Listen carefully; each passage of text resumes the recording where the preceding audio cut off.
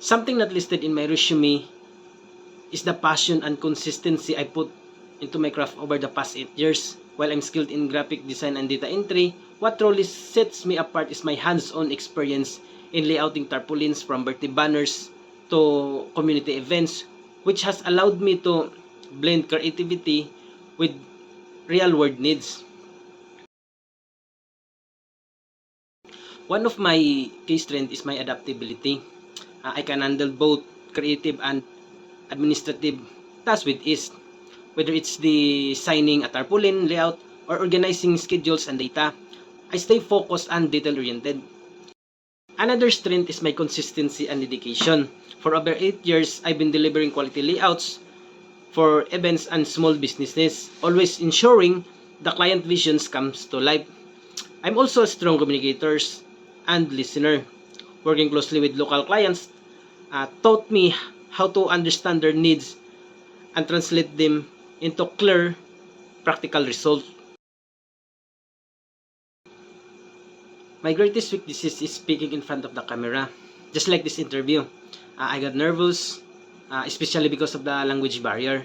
So if I speaking in my mother tongue, I'm confident I will be a strong and clear communicator.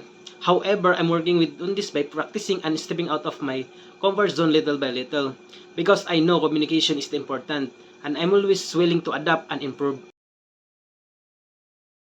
To be honest, I'm still in the practice stage and don't have a clients yet. But the reason I decided to pursue freelancing is because I reached in a point in my life at the age of 26 where I started to feel the pressure of adulthood. I realized I needed to take step towards building a stable income, not just for myself but also to support my family. Freelancing gives me the opportunity to grow my skills, explore different paths, and eventually create a more sustainable future. If you hire me, I can help with the graphic designs like logos, vouchers, and tarpaulin layouts, something I've been doing for over 8 years. I'm also skilled in data entry and admin tasks like managing emails and calendars. I'm still be growing, but I'm dedicated, easy to work with, and always give my best. Yes, I'm available and can commit to 40 hours per week. I'm currently not employed, so I have a flexible schedule. I do plan to enroll in university soon to take additional units, but I make sure it doesn't affect efficiency and commitment to work. I'm confident I can manage both responsibility and meet deadlines and expectations. I'm very motivated to work and grow professionally. Yes, I can. Yes, I'm a team player. I'm open to other people's ideas and I enjoy collaborating to reach a common goal at the same time. I'm also a comfortable working independently when needed.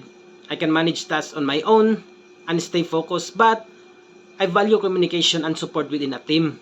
I believe it's all about balance, knowing when to collaborate and when to take initiative on your own.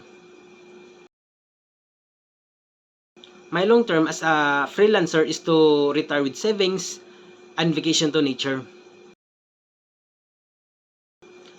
I take negative feedback as a chance to grow. Sometimes I just let go of my emotion and focus on the positive side. I treat it as a motivation to improve and adjust myself. I believe feedback, even it's hard to hear, helps me become better at what I do.